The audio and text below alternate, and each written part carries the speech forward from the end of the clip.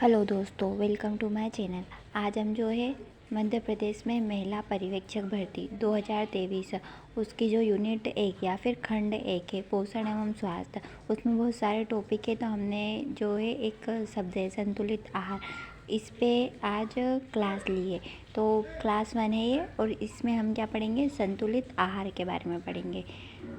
तो शुरू करते हैं आज की क्लास। महिला सुपरवाइजर या फिर महिला पर्यवेक्षक, इसमें क्या है, 4 खंड है। तो प्रथम खंड के बारे में हम शुरुआत कर रहे हैं। तो प्रथम खंड में जो पॉइंट है पोषण एवं स्वास्थ्य, उसके अंतर्गत कई टॉपिक हैं। तो अभी जो है हम पोषण में जो पहला टॉपिक है उसमें संतुलित आहार। सबसे पहले जो है सिलेबस में संतुलित आहार लिखा गया है। तो हम जो है आज संतुलित आहार के बारे में पढ़ेंगे। तो टॉपिक के जो सब टॉपिक है उनको हम एक एक करके पढ़ लेंगे। तो अभी जो है हम संतुलित आहार के बारे में पढ़ेंगे। संतुलित आहार हमारे आहार में विभिन्न प्रकार के पोषक पदार्थ ऐसे अनुपात में होने चाहिए कि जिससे हमारे शरीर का सारी आवश्यकताओं की निरंतर पूर्ति होती रहे। ऐसे आहार को संतुलित आहार या फिर बैलेंस डाइट कहते हैं। विभिन्न प्रकार के सभी पोषक तत्व मतलब हरी सब्जियां, अंडे, मांस, मतलब सब एक निश्चित अनुपात में होने चाहिए, जिससे क्या है कि हमारे शरीर की आवश्यकताओं की पूर्ति हो, हमारी शरीर को जो शक्ति चाहिए, ऊर्जा चाहिए, उसकी जो है पूर्ति होती रहे निरंतर, मतलब लगातार। ऐसे आहार को ही संतुलित आहार कहते हैं। आगे जो है विभिन्न खाद्य पदार्थों के मिश्रण से बने उस आहार को जो हमारे शरीर को सभी पौष्टिक तत्व हमारी शारीरिक आवश्यकताओं के अनुसार उचित मात्रा में प्रदान करता है, संतुलित आहार कहते हैं। अब विभिन्न खाद्य पदार्थ मतलब जो खाने की चीज़ें हैं विभिन्न प्रकार की, उनके मिश्रण से बना, मतलब सबको मिलाकर अगर कोई एक आहार तैयार हो रहा है तो वो जो है हमारे शरीर को सभी पौष्टिक तत्व जो हमारे शरीर की आवश्यकता है उनके अनुसार उचित मात्रा में अगर प्रदान करता है तो वही जो है संतुलित आहार कहलाता है। मतलब अगर कोई अच्छी सी सब्जी है, हरी सब्जी, और उसमें जो है पौष्टिक तत्व हैं वो जो हमारे शरीर को चाहिए, तो वो जो एक है संतुलित आहार है हमारे लिए। हमारी शारीरिक ज़रूरतें कई कारणों पर निर्भर करती है। मतलब आयु, आपकी आयु क्या है, आपका लिंग क्या है, जलवायु क्या है वहाँ की, शारीरिक कार्य आदि हमारा जो है संतुलित आहार भी इन्हीं तथ्यों पर आधारित करता है। आयु पर, लिंग पर, जलवायु पर और शारीरिक कार्य। जैसे अगर आप ज़्यादा मेहनत वाला काम करते हैं तो आपको ज़्यादा ज़रूरत रहेगी, कम काम करते हैं तो उस हिसाब से कम ज़रूरत रहेगी। तो यहाँ कहा गया है कि हमारे शारीरिक ज़रूरतें कई कारणों पर निर्भर करती है। उनमें क्या है, आयु है, लिंग है और जलवायु है। प्रतिदिन की सामान्य दिनचर्या के लिए शिशुओं तथा वृद्ध व्यक्तियों को लगभग 1600 कैलोरी की ज़रूरत होती है, बड़े बच्चों को लगभग 2200 तथा जवान व्यक्तियों को लगभग 2800 किलो कैलोरी ऊर्जा की आवश्यकता होती है। तो यहाँ एक क्वेश्चन है जो आ सकता है कि प्रतिदिन जो है शिशुओं तथा वृद्ध व्यक्तियों को कितनी, तो 1600, और बड़े बच्चों को 2200, और जो जवान व्यक्ति होते हैं उनको 2800 किलो कैलोरी ऊर्जा की आवश्यकता होती है। तो यहाँ एकदम ध्यान में रखने योग्य बात है। अगला लिखा है, एक औसत व्यक्ति को जीवित रहने के लिए जो है 1700 कैलोरी और स्त्री को जो है 1450 कैलोरी ऊर्जा की आवश्यकता होती है।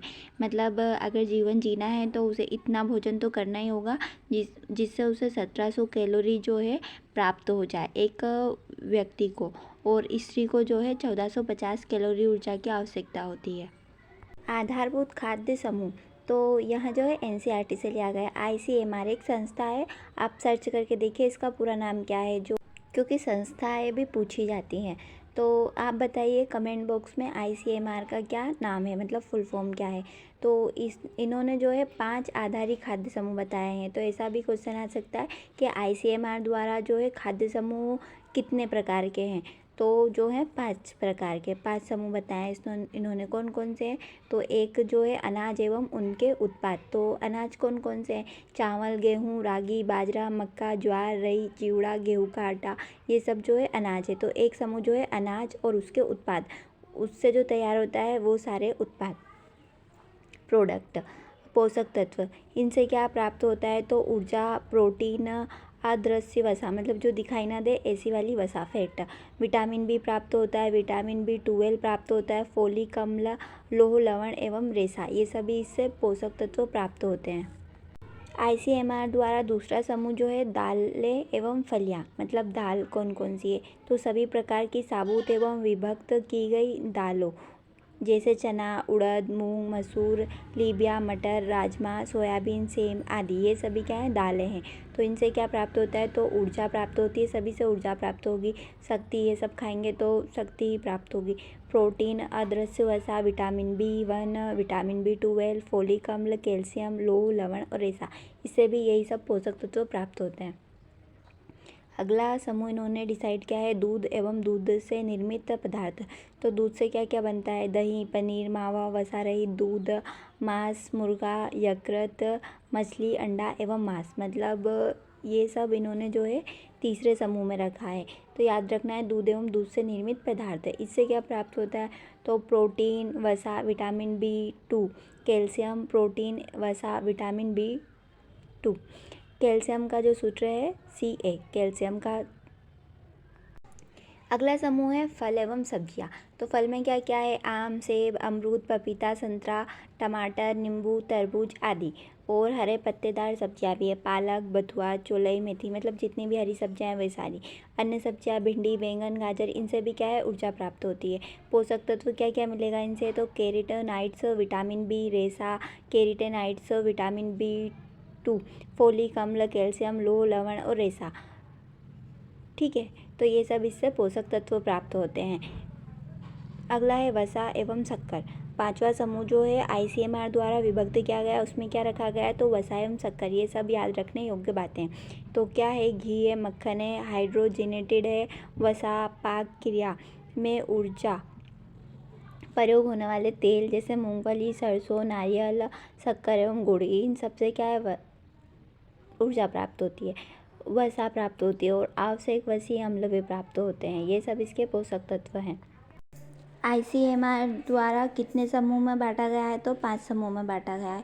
पहला अनाज, दूसरा जो है दालें और तीसरा जो है दूध और दूध से निर्मित उत्पाद, चौथा जो है फल एवं सब्जियां और पांचवा है वसा एवं शक्कर।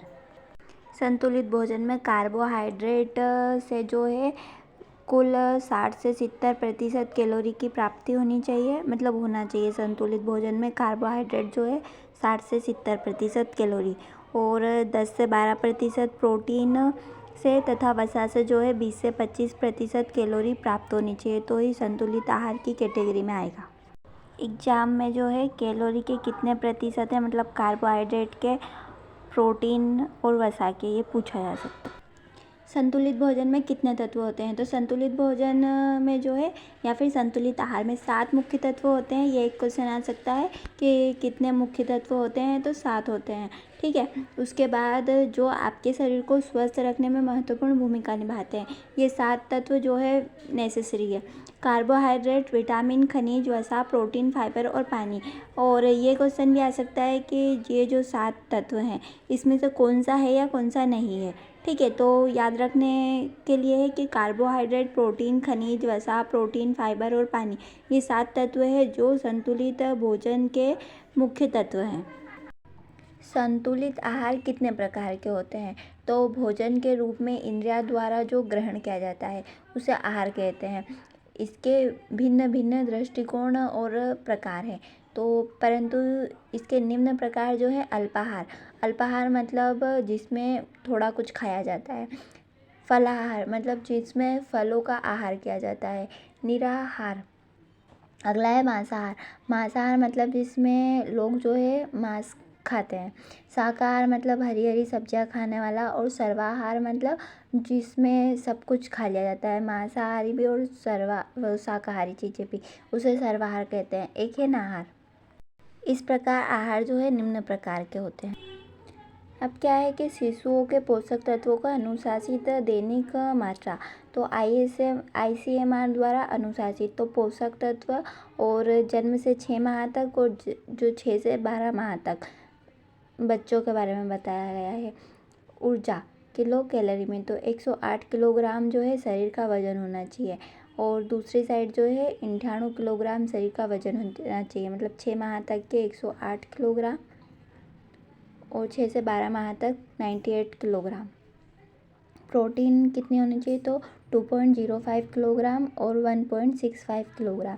कैल्शियम की मात्रा, विटामिन ए की मात्रा, थायमीन, नियासिन, राइबोफ्लोविन, ये सारे जो हैं विटामिन।